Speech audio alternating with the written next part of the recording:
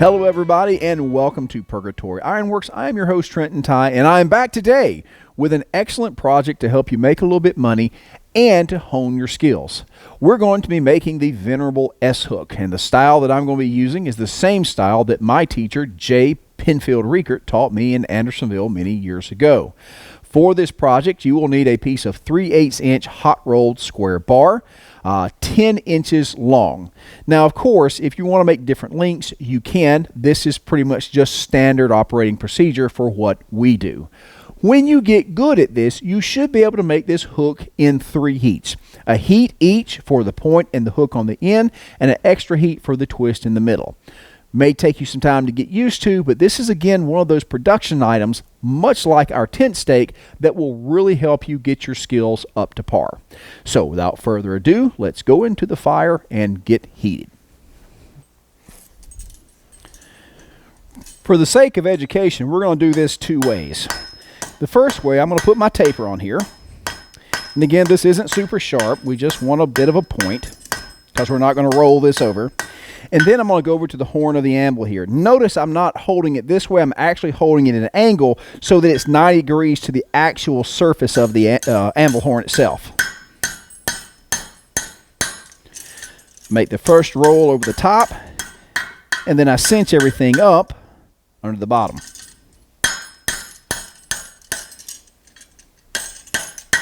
Take a little bit more.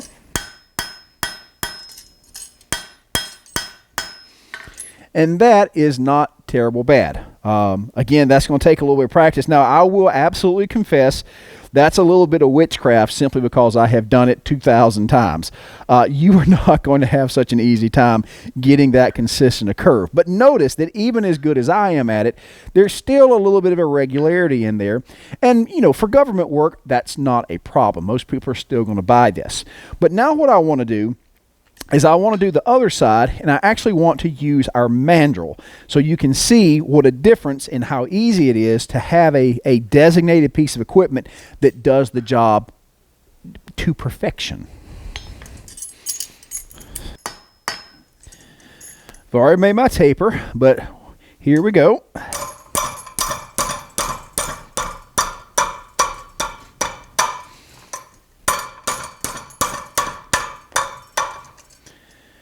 And look at that.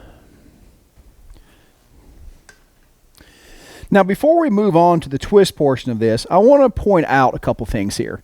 Now, for most of you, having seen this done both ways, if you were just a casual observer walking by a table, you probably wouldn't notice that there was a difference between these two because I've done a good job on both of these. Here's the thing, though. It took me a good bit longer to get this one to a state that it was good, but this one just took a few seconds. So the end result's the same, however, the investment of time and effort is quite different. And this is really what blacksmithing is about. Blacksmiths were engineers first and foremost. Their job was not only to make it, when they had to make more of them, you had to make it better, faster, and more efficiently. And that's exactly where things like jigs and hardy tools and mandrels come into play. There's no doubt somebody that has a lot of hand skill can do just as good as a job freehand as they can on a jig. However, they're not going to be able to do it as fast. Now, if you're just out there having fun, no problem.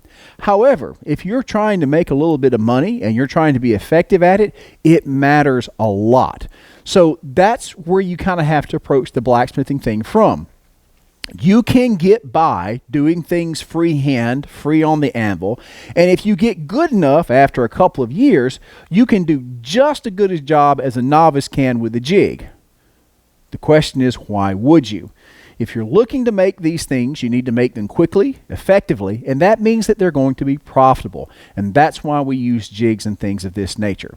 Now, if you're just playing, man, bless you, go forth in peace, my child. However, if you need a little bit of that scratch, you might want to do it my way. Now, to do your twist, again, this is, you guys should be relatively familiar with this at this point. We're going to lock our S-hook in straight up and down, just like that. Got our twisting bar here. Now, you're going to notice, because I have a two-handed twisting wrench here, that my piece stays nice and straight and even. There's a good chance that if you have a one-handed model, this thing is going to get all kinds of catawampus. Again, this is where having the right tool for the job really matters. A little scrub-a-dub-dub. Let's bring this guy out. And there is our S-hook. Now we'll quench this, scrub it and oil it, and we'll take a look at the final product. And here we are with our S-hook. Again, nice even ends, good twist here in the middle. This is a $5 product if ever there was one. So good stuff.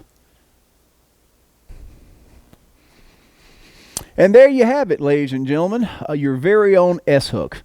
Quick, simple, and effective, and it can make you a little bit of money. Guys, I hope you've enjoyed the video. You know the deal. Like, comment, subscribe, show me the love. You guys be good, and I'll see you next time. Adios.